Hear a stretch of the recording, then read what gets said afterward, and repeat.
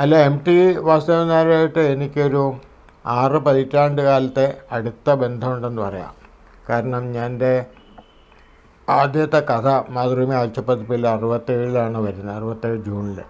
അപ്പോൾ അന്ന് സാഹിത്യം എന്താണെന്ന് വായനക്കാരൻ നല്ല രീതിയിൽ അപ്പുറം യാതൊരു പിടിയില്ലാതെ ഗുരുക്കളില്ലാതിരുന്നൊക്കെ ഒരു കാലത്ത്, എഴുതിയത് ഒരാളെ കാണിക്കാൻ ധൈര്യമില്ലാതിരുന്ന കാലത്ത് ഡൽഹിയിൽ നിന്നിട്ട് ചുമ്മാ ഒരു കഥ എന്ന് പറഞ്ഞാൽ എന്തൊക്കെയോ എഴുതി മാതൃഭൂമിക്ക് അയച്ചു കൊടുക്കുക.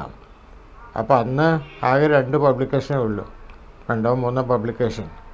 മാതൃഭൂമിയിൽ വരിക എന്നുള്ളതാണ് എഴുത്തുകാരനെ സംബന്ധിച്ചോളം ഒരു നമുക്ക് ആത്യന്തികമായ അംഗീകാരം.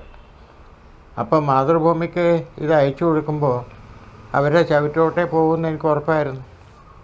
അതുകൊണ്ട് കവറൊന്നും ഉള്ളിൽ വച്ചില്ല. പക്ഷേ എന്നെ അത്ഭുതപ്പെടുത്തിക്കൊണ്ട് 2 ആഴ്ചക്കുള്ളിൽ എം ടിയുടെ മറുപടി കിട്ടി, ഇത് ഞങ്ങൾ നന്നായിട്ടുണ്ട്, ഞങ്ങൾ മാറ്റി വച്ചിരിക്കുന്നു. പിന്നെ എത്രയോ കഥകൾ, എത്രയോ നോവലുകൾ, എൻ്റെ പ്രധാനപ്പെട്ട എല്ലാ നോവലുകളും, പാണ്ഡവരായാലും നിയോഗമായാലും കൈമുദ്രകളായാലും പല നോവലുകളും വന്നിരിക്കുന്ന എം ടിയുടെ കൈ കൂടെ. അതൊരു വലിയൊരു മഹാഭാഗ്യം എന്ന് ഞാൻ പറയുള്ളൂ. കാരണം എന്താണെന്ന് വെച്ചാൽ നല്ലത് എന്താണെന്ന് തിരിച്ചറിയാനുള്ള കഴിവുണ്ടായിരുന്നു.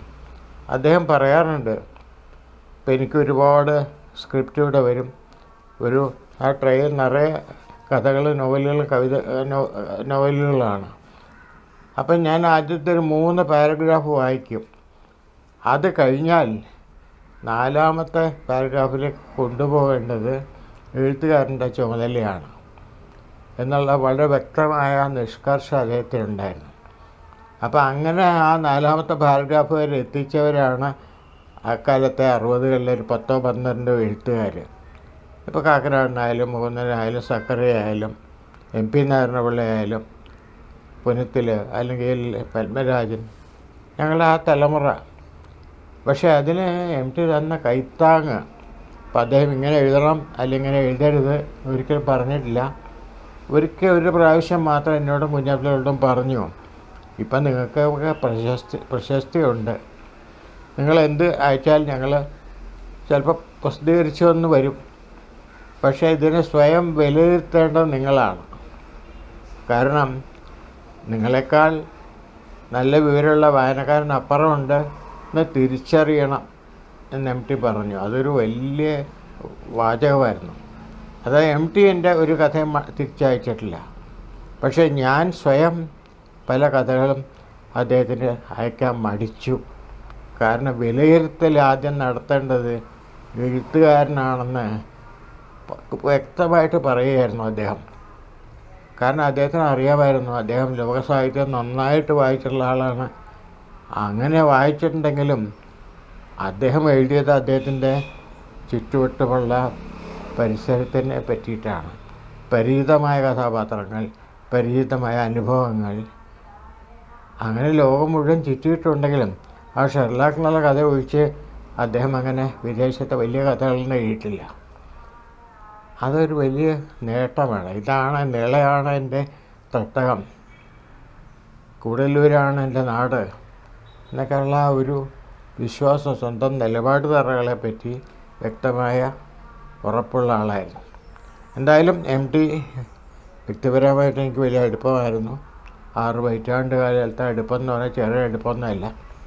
എൻ്റെ 2 മക്കളുടെയും കല്യാണത്തിന് അദ്ദേഹം നേരത്തെ പറഞ്ഞിട്ടുണ്ടായിരുന്നു, മക്കളുടെ വിവാഹത്തിന് എന്നെ ക്ഷണിക്കണം, എവിടെയാണെങ്കിലും തിരക്കുണ്ടെങ്കിൽ ഞാൻ വരും.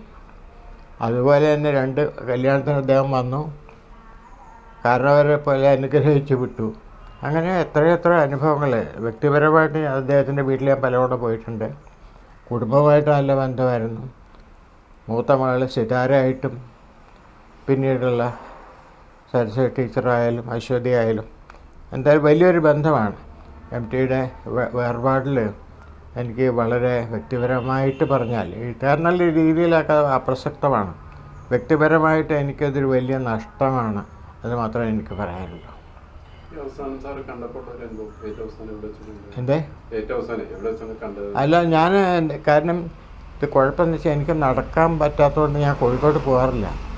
ഇപ്പോൾ കോഴിക്കോട്ട് ചടങ്ങുകൾക്ക് വിളിച്ചാൽ തന്നെ ഞാൻ പണ്ടൊക്കെ സാഹിത്യോത്സവങ്ങൾക്ക് സ്ഥിരമായിട്ട് പോയിക്കൊണ്ടിരുന്നതാണ്, എത്ര വർഷങ്ങളായിട്ട്.